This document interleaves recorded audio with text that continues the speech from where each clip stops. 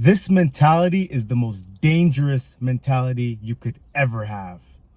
Like, if you have this mentality, like, you are probably most likely going to be a loser for the rest of your life. I'm just being real. Like, if you are stuck with this like mentality, if you think in this kind of way, this is a guaranteed way to stay a loser your entire life, right?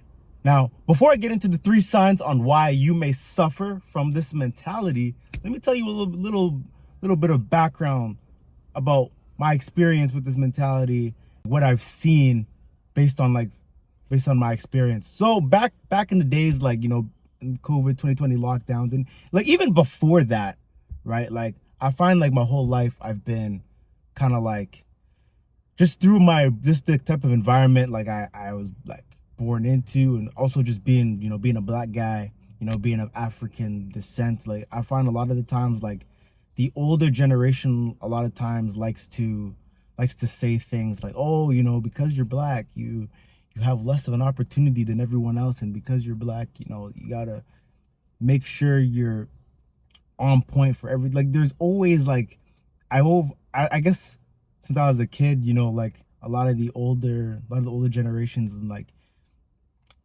elders and stuff would always kind of, and it's not out of like the intention, like they're trying to do this on purpose. It was more just like, it was coming from a place of like, it was always coming from a place of love. It was just, I guess it's just misguided information.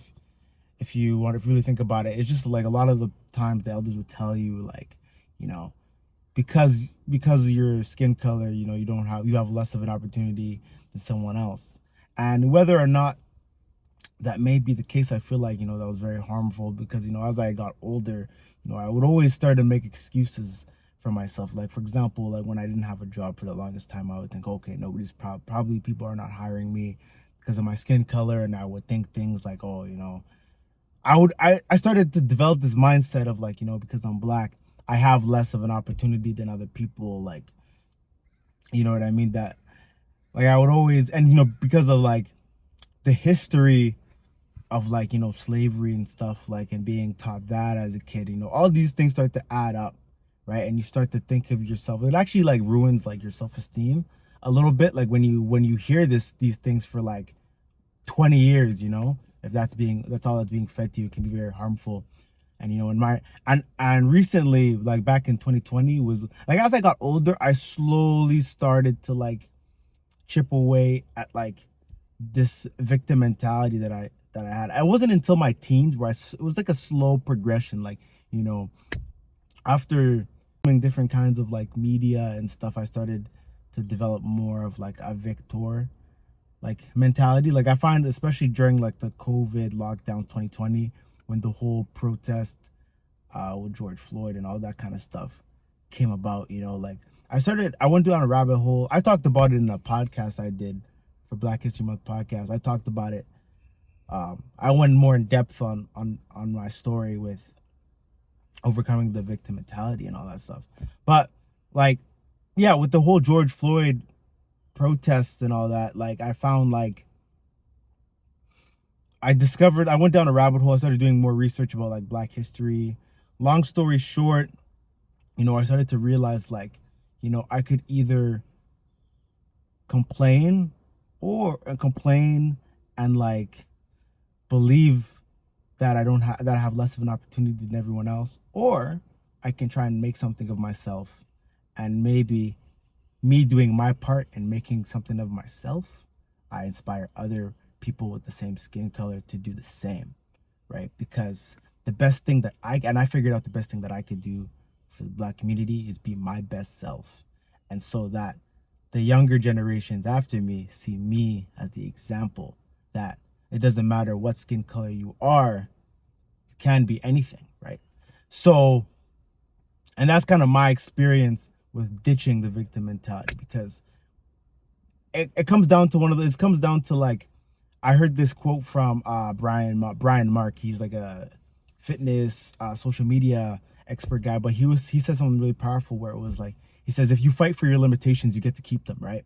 So it's one of those things where, if you continue to fight for your limitations, you deserve to keep them. Like, why would you fight for something that's not serving you? Why would you? It's crazy because we would fight so hard for these limitations, like a badge of honor. Like, yes, I don't have as much of an opportunity as another man, right? Like it's crazy that we do this, right? And this is the mentality, and this is not just with black people. Like a lot of people have this mentality. We find excuses, we find little crutches for why we can't. Like, why would you want to live your life like that? Why would you want to live a life where you're putting limits on yourself, and then when you get old and you look back and you didn't achieve much, and you wish you could go back and be like, man, like I wish I didn't make excuses. I didn't reach my full potential, right? You're gonna regret it. But without further ado, let's get into the the three symptoms that you might have a victim mentality. So number one is you don't take self-accountability for what's going on in your life.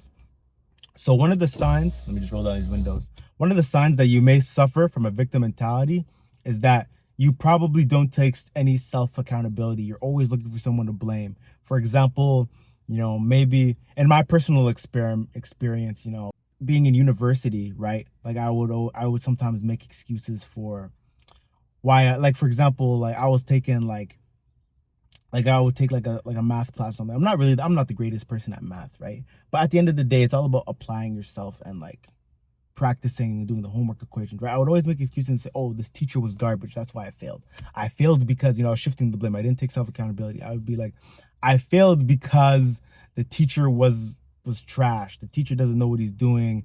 He's not teaching it right. And though that may be the case, maybe the teacher wasn't the greatest educator, but at the end of the day, was I studying? Was I putting in the reps? Was I practicing the homework questions every day? Was I doing what I was supposed to? Did I do the exercises that he gave us to do in class, or was I on my phone scrolling? You know what I mean? Like, you gotta, like, once I started taking self-accountability, my GPA went up because I started studying more. You know what I mean? I stopped making excuses. I stopped saying things like, oh, I'm not a math person. I stopped saying stuff like, oh, it's the teacher's fault because teacher doesn't know what he's doing. And though maybe the teacher doesn't know maybe the teacher didn't know what they were doing, but I still had control over the work that I was putting in.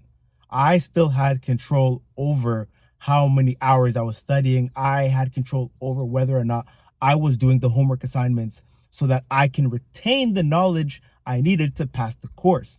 See, once I developed that mindset, I did way better than I did when I was putting the blame on external factors. Once I started worrying about the internal factors that I had control over, I started to do way more well. Way more well. That sounds stupid. Not way more well. I started to do better. You guys get the point. But yeah, it's one of those things where it's like taking accountability for yourself is one of the steps to defeat a victim mentality. And if you can't take accountability, that's probably a sign that you may suffer from a victim mentality. Another sign that you have a victim mentality is that you fight for your limitations, right? You start to say things, for example, like I said before, you start to use race. You'll start to say things like, oh, because I'm this, I have less of an opportunity as someone else. Or for example, you might say something like, oh, I can't get jacked because don't have great genetics. My genetics aren't the best. These guys are on steroids. That's why they're so jacked. Which is true, but you got to remember that you also have like the ability to get in shape as well. Like, just because someone else is on steroids. And I feel like that's the thing too, on a little side tangent. I feel like these days, right, like, the use of steroids, it makes us underestimate what's possible to do naturally, right? So, and I feel like we tend to use that as an excuse. We tend to use, oh, my genetics, that's why I can't get jacked. My genetics are not the greatest, that's why, right? Or we start to say, oh, because I'm black, I have less of an opportunity. No one's gonna take me seriously, yada yada. I have less of an opportunity than someone who's a white person or something like that, right? You fight and when people try to tell you or encourage you, like, or give you advice, you fight for the limitation. You fight for the cards that you are dealt, right? And that doesn't get you anywhere. Like, you might as well, even if you're at a disadvantage in life, you might as well put up a good fight, because there's people out there that were trailblazers and and the odds were against them and they made it happen, right? So why not you? Why not you be the first? Why can't you just, I challenge you. Here's a little actionable step. If you have a limitation or something that you believe that's like a limitation of yours, instead of fighting for it, why don't you fight against it? Try to fight against that limitation that you may have. Whatever it is, maybe it's because of your race, or maybe, my genetics are trash. Why don't you try and prove, like, yeah, even though, try to prove it, like, what, I had this limitation because, I'm a black man. I think, like, now everyone's going to take me serious, have less of an opportunity as everyone else. Why don't you try to prove that wrong and be like, you know what, I'm going to make something of myself and I'm going to prove it wrong and I'm going to be somebody and set the example for everyone else. Or, for example, maybe you're saying, I have shit genetics. Okay, I'm going to prove, despite my genetics, I'm going to try and get in the best shape of my life, and I'm going to be an example for someone else who doesn't have great genetics like myself, right? So that is the third sign that you may have a victim mentality. The third sign, sorry, that was the second sign.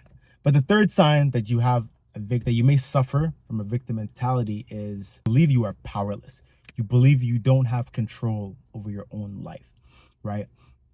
And this is far from the truth, right? If you're someone who can walk, talk, breathe, think, hear, smell, PBD, Patrick Bet-David, shout out to that guy. He says this a lot. He says this quote that I really liked. If you can walk, talk, breathe, think, hear, smell, you can do anything you want with your life. And I believe that's so true, right? Because if you can do all of those things, you can do anything. It's just about putting in the work, right? It's about the resilience, right? Like, no matter what, you have to, like, use the cards that you were dealt with and try to, like, use the life, like, like the little corny saying they say, if life gives you lemons, you make lemonade. That's so true. Like, use the cards, use the lemons you were dealt with, bro.